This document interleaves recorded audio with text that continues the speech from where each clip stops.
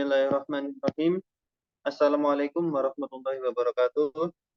The Honorable to Mr. Imran, the lecturer of Bimbingan Konseling, and in this session we will discuss about guidance counseling in America. And our member is Yaunika Anafika and me, Mahmud Alam. Next. Okay, the history of guidance counseling. Number one is early roots. The early roots, late 19th to 20th century, the origin of guidance counseling can be traced back to the late 19th century when vocational guidance programs were established to assist individuals in making career choice. And number two, the founding of the National Vocal Guidance Association, or NVGA, in 1913 marked a significant milestone in the development of guidance counseling. The NVGA aimed to promote the profession, realization of guidance counselor, and advocate for their role in school. Jadi perkembangan awal dari BK itu yang pertama itu pada tahun abad ke-19-an hingga awal pada abad 20. Asal-usul bimbingan konseling dapat ditelusuri kembali ke akhir abad ke-19 ketika program bimbingan karir didirikan untuk membantu individu dalam membuat pilihan karir. Terus nomor kedua yaitu pendirian National Vocation Guidance Association atau NVGA pada tahun 1913-an. Jadi NVGA itu menandai bahwa tonggak penting dalam perkembangan bimbingan konseling.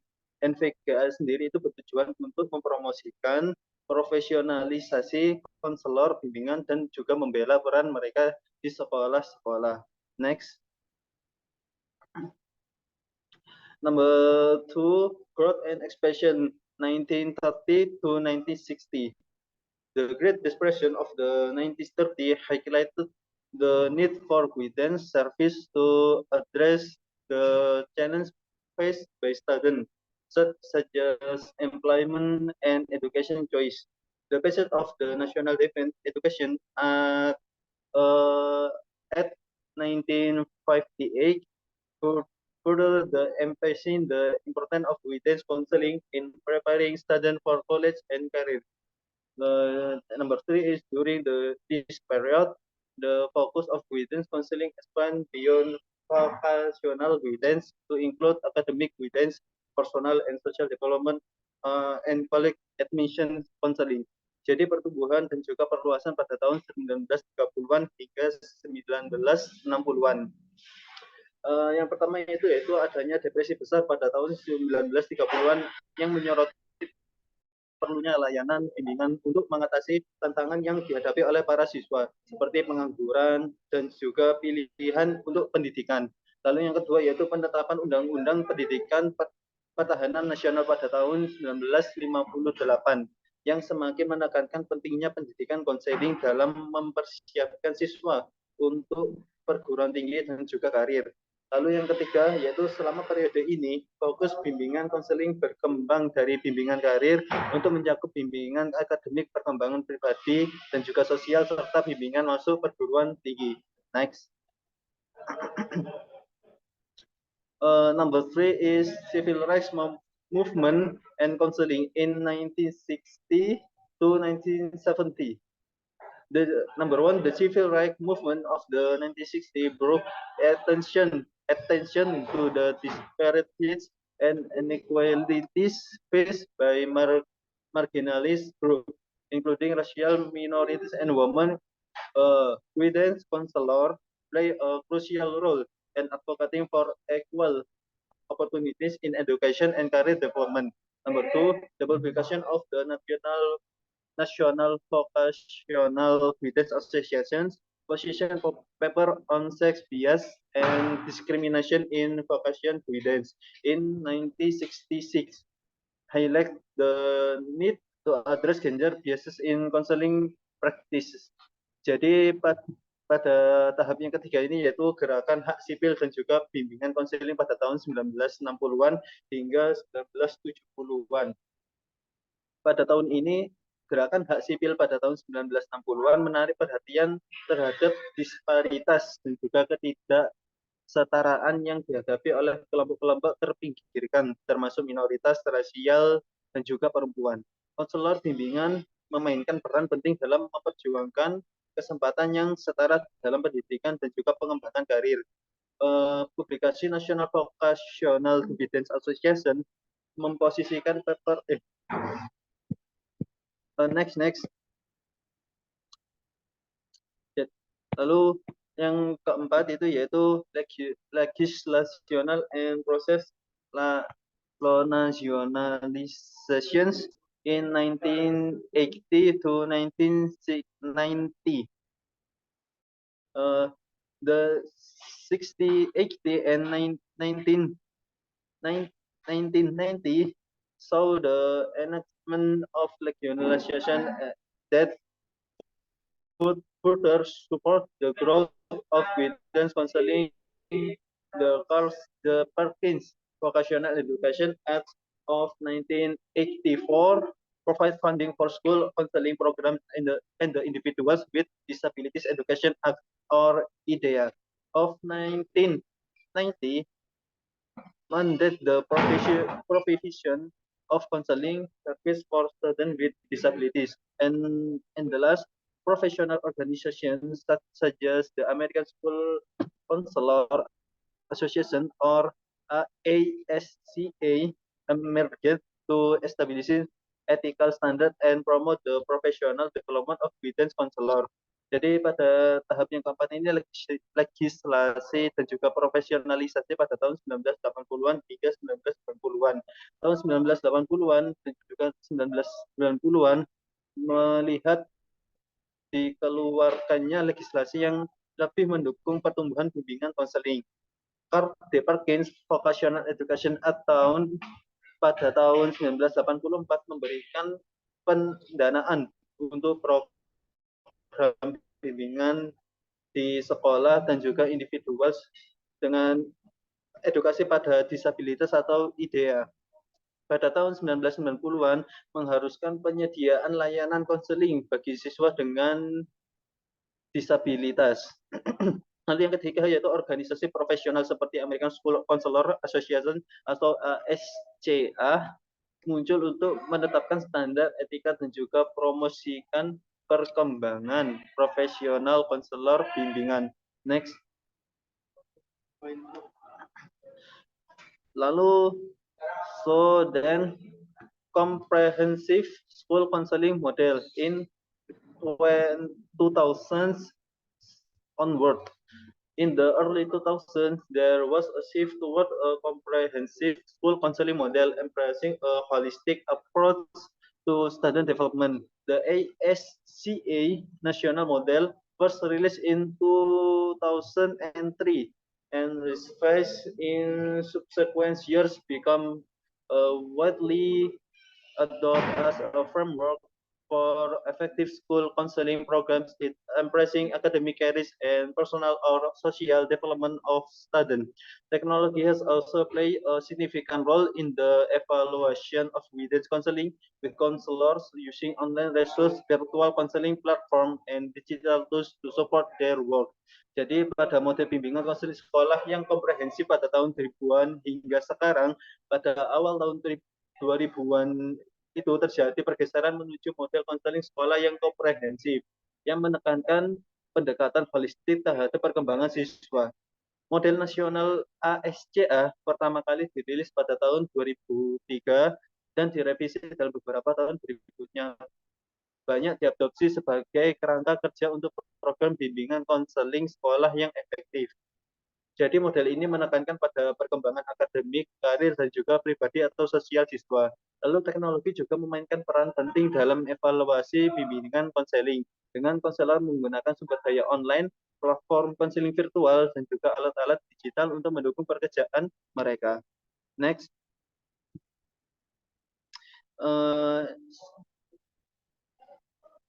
And the next of number one is college and university selection. So The counselor provide guidance to international students on selections suitable college or universities in the United States. They consider factors such as academic program professions, cultural environment, financial aid, and career prospect. Jadi untuk yang pertama ini tentang pemilihan kolase dan juga universitas. Jadi konselor ini memberikan bimbingan kepada mahasiswa internasional dalam memilih kolase atau universitas yang sesuai di Amerika Serikat. Mereka mempertimbangkan faktor-faktor seperti program akademik, lokasi, lingkungan budaya, bantuan keuangan, dan juga prospek karir. Jadi konselor membantu mahasiswa untuk menjelajahi berbagai pilihan dan juga membuat keputusan yang terinformasi berdasarkan minat, tujuan, dan juga kualifikasi akademik mereka. Next. Number 2 is academic planning. International students often face unique challenges related to academic requirement, credit transfer, and course selection. Counselor assist them in understanding the curriculum, planning their course schedules, and ensuring they meet the necessary academic standard. Jadi untuk nomor 2 ini yaitu perencanaan akademik. Mahasiswa internasional sering menghadapi tantangan unik terkait persyaratan akademik, transfer kredit, dan juga pemilihan mata kuliah. Konselor ini bertujuan untuk membantu mereka memahami kurikulum, merencanakan jadwal kuliah mereka, dan juga memastikan mereka memenuhi standar akademik yang diperlukan. Mereka juga membantu mahasiswa menavigasi sistem pendidikan Amerika dan juga beradaptasi dengan gaya pengajaran dan juga pembelajaran yang berbeda. Next. Number 3 is cultural adjustment. Moving to a different country can be overwhelming, and international students may experience culture shock and homesickness. Counselor provide support and guidance to help students adjust to the new cultural and social environment. Jadi untuk nomor 3 ini penyesuaian budaya. Pindah ke negara lain bisa menjadi pengalaman yang luar biasa. Dan juga mahasiswa internasional mungkin mengalami kejutan budaya dan juga rasa kangen kepada kampung halaman mereka. Konselor memberikan dukungan dan juga bimbingan untuk membantu mahasiswa menyesuaikan diri dengan lingkungan budaya baru dan juga sosial baru. Jadi mereka memberikan nasihat tentang strategi penanganan membangun hubungan sosial dan juga mengakses sumber daya kampus untuk integrasi budaya. Next.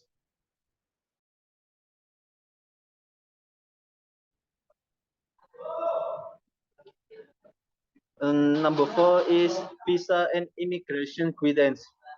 International students need to navigate complex visa and immigration process. Counselors provide information and guidance on obtaining student visas, maintaining legal status, and complying with immigration regulations. Jadi untuk nomor 4 ini bimbingan visa dan juga imigrasi.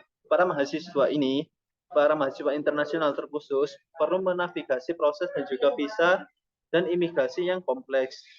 Jadi konselor ini memberikan informasi dan juga bimbingan tentang mendapatkan visa pelajar, mempertahankan status hukum, dan juga mematuhi peraturan imigrasi.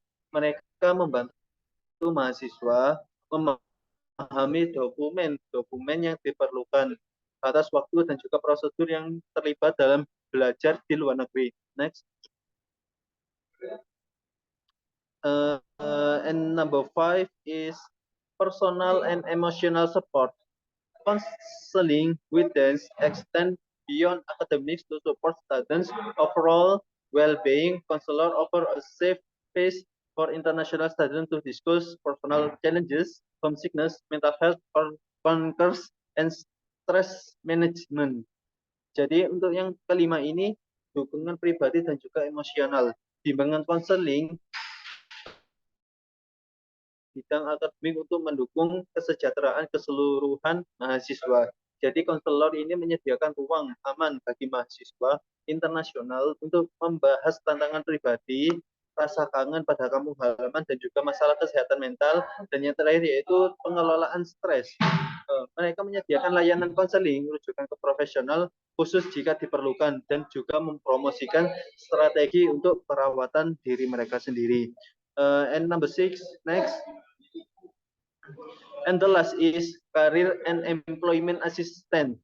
Counselor assist international student in exploring career option, understanding the job market in the United States, and developing job search skill. They provide guidance on resume writing, interview preparation, and networking opportunities. Jadi untuk yang terakhir ini, yaitu yang keenam, yaitu bantuan karir dan juga pekerjaan. Konselor membantu mahasiswa internasional dalam mengeksplorasi pilihan karir mereka sendiri, memahami pasar kerja di Amerika Serikat, dan juga mengembangkan keterampilan mencari kerja. Jadi mereka memberikan bimbingan dalam penulisan resume, persiapan wawancara, dan juga peluang. That's all from me. So next to my friend Yonika Navika.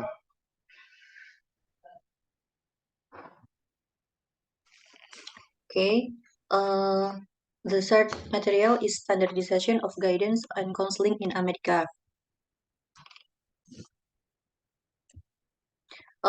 Before I explain about standardization, in this occasion I will explain about ASCA.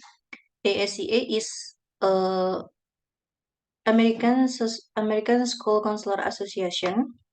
That's an organization that supports school counselors who work with students on academic, career, and social growth, guiding them to become successful and responsible in society.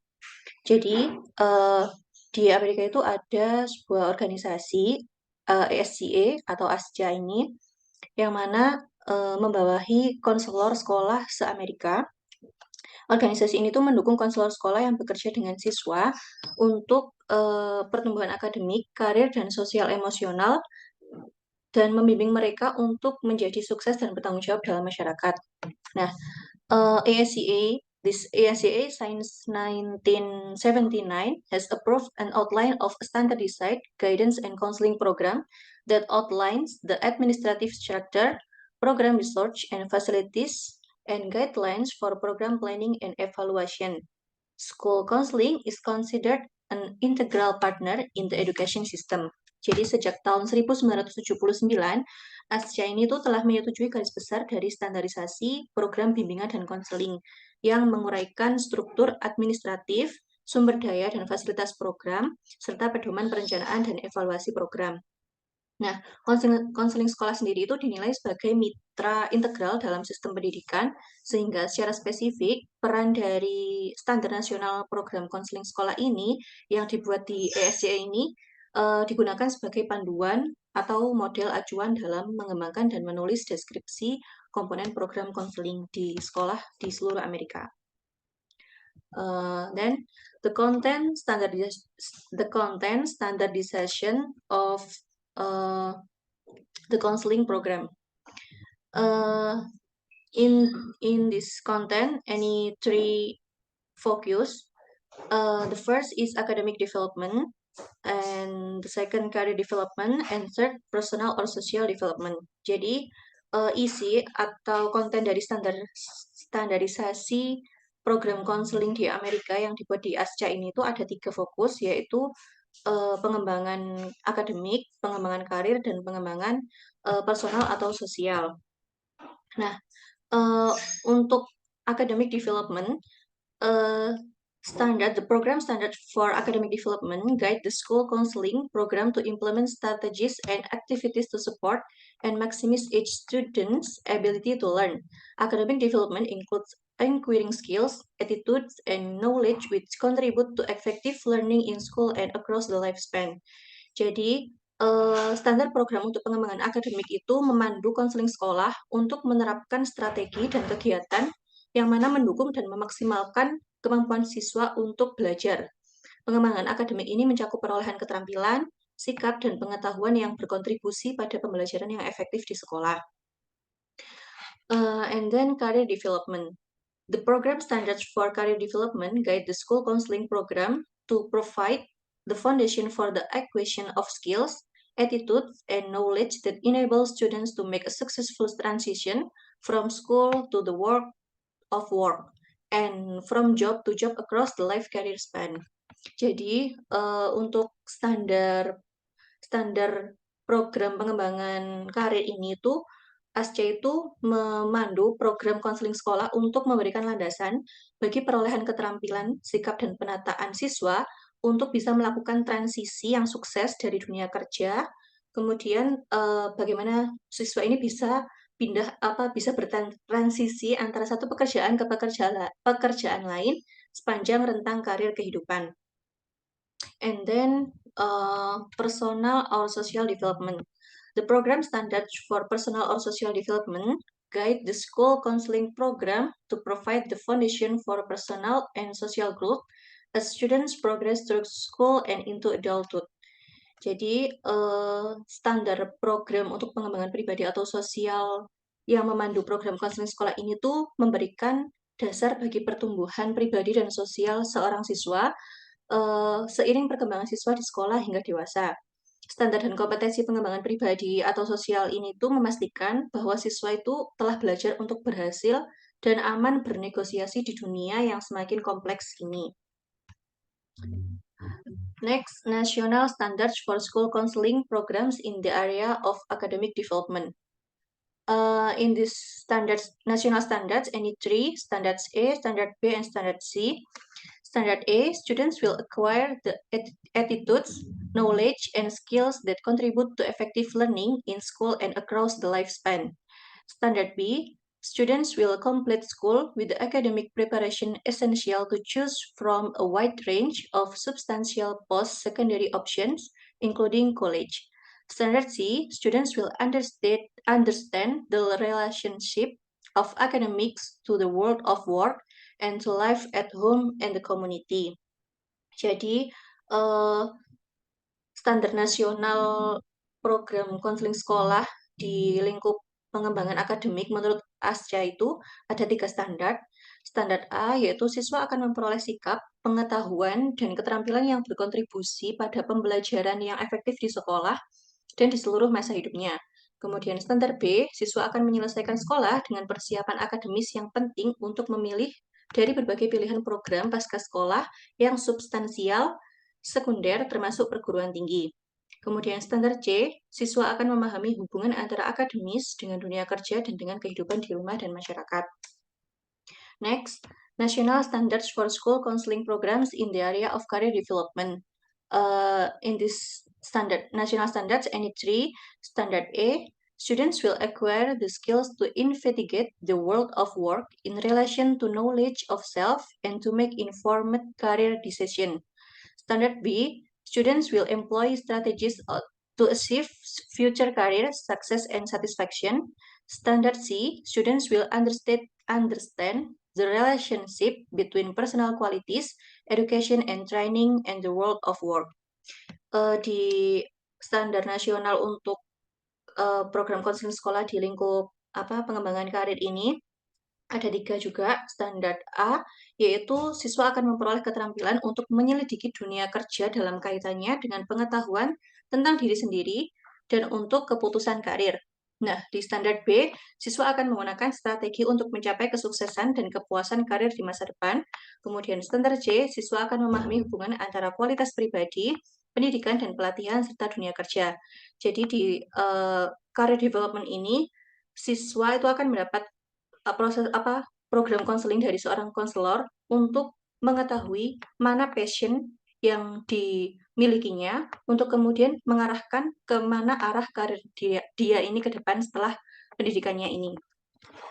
And next, national standards for school counseling program in the area of personal or social development. Any three standard. The first standard A, student will acquire the attitudes, knowledge, and interpersonal skills to help them understand and respect themselves and others. Standard B, students will make decisions, set goals, and take necessary action to achieve goals. Standard C, students will understand safety and survival skill. Yang terakhir ini standar nasional program konseling sekolah di lingkup pengembangan personal atau sosial. Ada 3 standar juga seperti yang 2 tadi. Standar A, siswa akan memperoleh sikap, pengetahuan, dan keterampilan interpersonal untuk membantu mereka memahami dan menghormati diri sendiri dan orang lain. Kemudian standar B, siswa akan membuat keputusan, menetapkan tujuan, dan mengambil tindakan yang diperlukan untuk mencapai tujuan tersebut. Kemudian standar C, siswa akan memahami keterampilan, keselamatan, dan bertahan hidup. And the last, the conclusion. Here, the role of school counselor is to use various strategies or methods to encourage the desired development of students, realizing that not all students develop linearly according to the school curriculum design. Jadi, di sini peran seorang konselor sekolah itu adalah untuk menggunakan beragam strategi ataupun metode untuk mendorong perkembangan siswa yang diinginkan oleh siswa tersebut. Menyadari bahwa tidak semua siswa itu berkembang secara linier sesuai dengan rancangan kurikulum sekolah yang telah dibuat sebelumnya. Sehingga konselor di sini itu memerankan tugasnya untuk bagaimana seorang konselor ini bisa menjangkau seluruh siswa di sekolah ini di Amerika untuk menjangkau aspek atau potensinya, baik itu dalam bidang akademisi, rancangan karir, maupun kepribadiannya. Okay, maybe enough for our group. And if any mistakes, I am and my friends apologize. Thank you for watching this video. Wassalamualaikum warahmatullahi wabarakatuh.